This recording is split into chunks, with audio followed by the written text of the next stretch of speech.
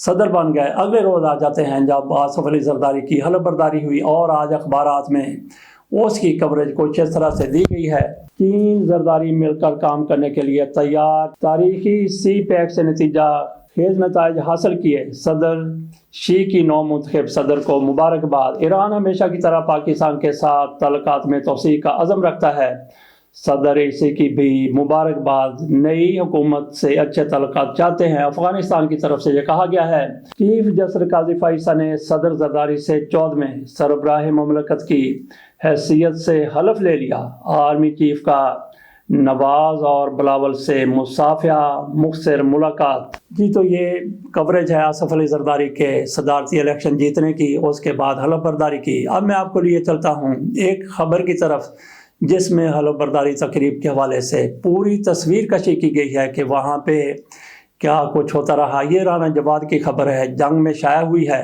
Senior سیاستدان آصف علی زرداری نے اتوار کو ایوان صدر میں زندہ ہے بی بی اور ایک زرداری سب پہ بھاری کے فلک شگاف نعروں کے ساتھ پرجوش تقریب میں دوسری مرتبہ صدر مملکت پاکستان کے عہدے کا حلف لیا۔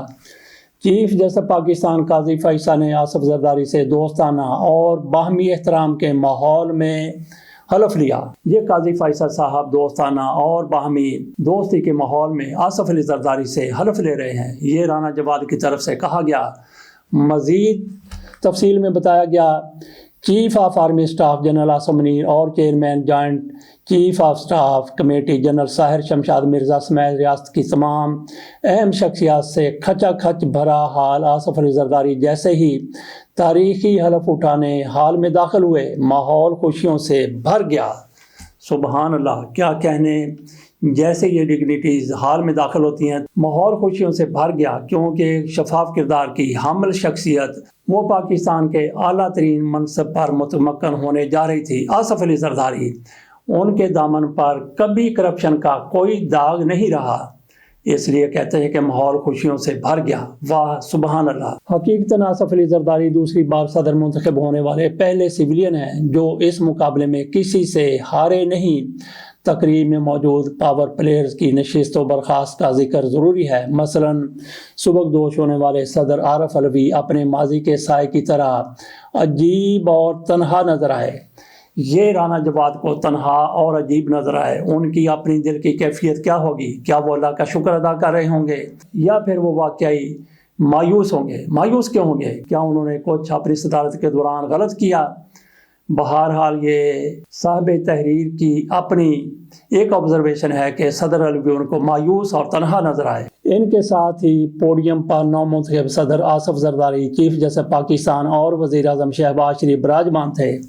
صدر علوی کی جماعت Pakistan Tehreek Insaf P T I کا کوئی بھی شخص تقریب میں موجود نہیں تھا۔ ایک دوسرے کو مبارکباد دیتے ہوئے آرمی چیف اور نواز شریف کے درمیان شائستہ مصافحہ ہوا، باقی جو مصافحے ہوتے رہے وہ ناشائستہ مصافحے تھے۔ جبکہ D G I S I سابق وزیر اعظم کو گرم جوشی سے گلے لگاتے نظر آئے۔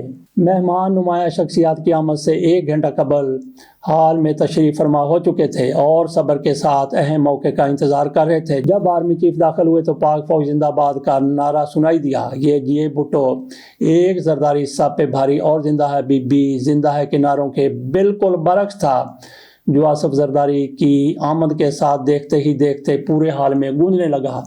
تقریب کے گرم جوش ماحول کا ایک اور نظارہ نشستوں کی ترتیب میں نظر آیا۔ سابق وزیر اعظم اور نون لیگ کے قائد میاں نواز شریف کو اسی انقلیب میں بٹھایا گیا جو صدر زرداری کے خاندان کے لیے مختص تھا۔ اس موقع پر بلاول اور آصفہ کے ساتھ بختاور اپنے چھوٹے بچوں کے ہمراہ موجود تھی۔ بچے ایسے لمحات کی اہمیت سے بے خبر ہوتے ہیں، اور اسی دوران بختاور کے بیٹے نے تقریب کے چند منٹ بعد ہی رونا شروع کر دیا۔ تقریب میں پنجاب اور خیبر پختونخوا کے وزراء اعلیٰ کی غیر حاضری نمایاں طور پر محسوس کی گئی۔ پنجاب کے سابق وزیر اعلیٰ محسن نقوی، جو اب چیئرمین پاکستان کرکٹ بورڈ ہیں، تقریب میں موجود تھے اور انہیں وفاقی کابینہ میں متوقع ذمہ داری کے لیے مبارکباد قبول کرتے ہوئے دیکھا گیا۔ تقریب میں شریک پیپلز پارٹی کے مہمانوں اور ارکان پارلیمنٹ نے جوش و خروش سے اپنی پارٹی کی نمائندگی کی۔ متنازع اور مشکل انتخابات کے بعد اس وقت پاکستان کو شفا کی ضرورت ہے۔ صدر زرداری کی تقریب حلف برداری اس سمت میں پہلا قدم لگتی ہے۔ یہ جواد رانا کی رپورٹ ہے۔ باقی تمام اخبارات میں بھی اسی قسم کی رپورٹیں شائع کی گئی ہیں۔ آصف علی زرداری پاکستان کے صدر بنے ہیں۔ آج اخبارات کے ایڈیٹوریل اسی پر ہیں۔ کسی اخبار کا بھی ایڈیٹوریل آپ اٹھا کر دیکھ لیں، کسی بھی میڈیا ہاؤس کی آپ کوریج دیکھ لیں، کہیں پہ بھی آپ کو نظر یہ نہیں آئے گا۔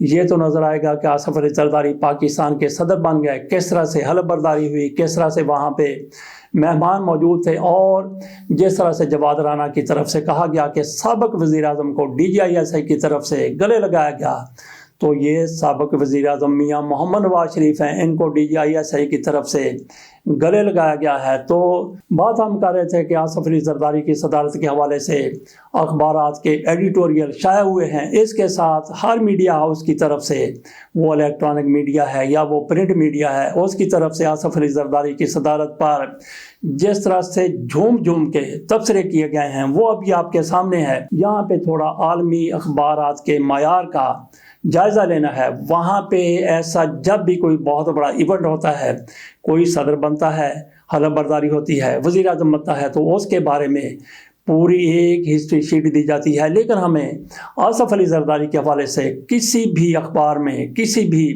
جریدے میں، کسی بھی میڈیا ہاؤس میں آصف علی زرداری کی ہسٹری نظر نہیں آئی۔ آصف علی زرداری کے حوالے سے یہ بھی اخبارات میں آنا چاہیے تھا، ایڈیٹوریل میں آنا چاہیے تھا، میڈیا ہاؤسز نے جو رپورٹنگ کی ہے اس میں آنا چاہیے تھا کہ آصف علی زرداری پر کیا کیا الزامات تھے۔ ایک تو آصف علی زرداری پر کسی دور کے چیئرمین اسٹیل مل کے قتل کا الزام تھا، ایک جج نظام کے قتل کا بھی آصف علی زرداری پر الزام ہے، اور اس کے علاوہ آصف علی زرداری پر سوئس اکاؤنٹ اس کا الزام ہے، اور آصف علی زرداری پر سلطان راہی کے بھی قتل کے کچھ لوگ الزامات لگاتے ہیں، ایسے میں متفق نہیں ہوں۔ اور یہ تو پوری دنیا کو پتہ ہے کہ سرے محل کس طریقے سے آصف علی زرداری کی طرف سے پہلے کہا گیا کہ ہماری ملکیت نہیں ہے، پھر اس کو بیچ دیا گیا۔ اس کے علاوہ عزیر بلوچ آپ کے سامنے ہے، اس کی کس کے ساتھ وابستگی رہی، اور پھر رو انوار وہ کس کے لیے کام کرتا رہا۔ اس کے علاوہ اور بھی بہت کچھ ہے، جیل میں بیٹھ کر آصف علی زرداری صاحب کیا کچھ کرتے رہے، بہت کچھ ہے جو آصف علی زرداری کے کریڈٹ پر موجود ہے، لیکن مجال ہے کہ کسی اخبار کی طرف سے اپنے ایڈیٹوریل میں ایسا کوئی ذکر کیا گیا ہو کہ یہ ہمارے صدر بنے ہیں۔ باقی چیزوں کو چھوڑ دیں، صرف میاں نواز شریف کی طرف سے جو آصف علی زرداری پر الزامات لگتے رہے ان کو ہی لے لیا جائے، تو پھر دیکھیں کہ میاں نواز شریف صاحب اور باقی لوگ کس طرح سے وہاں پہ آصف علی زرداری کی تقریب رونمائی، آصف علی زرداری کی تقریب حلف برداری میں کس شان و شوکت کے ساتھ وہاں پہ بیٹھے ہوئے تھے۔ کیا وہ سارے جو الزامات لگائے گئے تھے میاں نواز شریف کے دور میں آصف علی زرداری کو گرفتار کیا گیا، میاں نواز شریف کے آخری دور میں 1990 کی دہائی میں آصف علی زرداری کو گرفتار کیا گیا، اور پھر مشرف کے دور میں 2004 تک آصف علی زرداری گرفتار رہے، تو ایسا پاک باز شخص کیسے میاں نواز شریف کی طرف سے گرفتار کیا گیا، جس کو پرویز مشرف نے بھی رہا نہیں کیا؟ پہلی بار صدر بن گئے، دوسری بار پھر صدر بن گئے، تو یہ سے آپ اندازہ کریں ہمارے نظام کا کیا حال ہے۔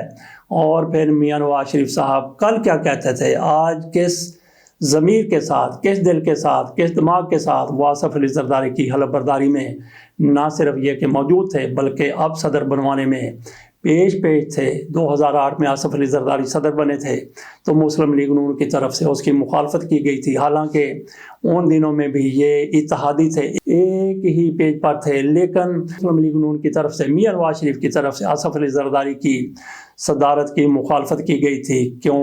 آخر کیوں؟ اور اب کیوں آصف علی زرداری کی حمایت کی گئی ہے؟ تو ناظرین اس سے اندازہ کیا جا سکتا ہے کہ ہمارا نظام کیسا ہے۔ جب تک یہ نظام چلے گا تو کسی بہتری کی امید نہیں کی جا سکتی۔ بہرحال نسلیں سمجھنا شروع ہو گئی ہیں، ایک دو نسلوں کی بات ہے، پاکستان صحیح ٹریک پر آ جائے گا۔ اس کے ساتھ اجازت دیجیے اور مبارکباد دیجیے آصف علی زرداری کو، میاں نواز شریف کو، میاں شہباز شریف کو، سارے کے سارے لوگوں کو، اور ان کو بھی جنہوں نے آصف علی زرداری کے صدر کے لیے ہوم ورک کیا اور راستہ ہموار کیا۔ اجازت دیجیے، اللہ حافظ۔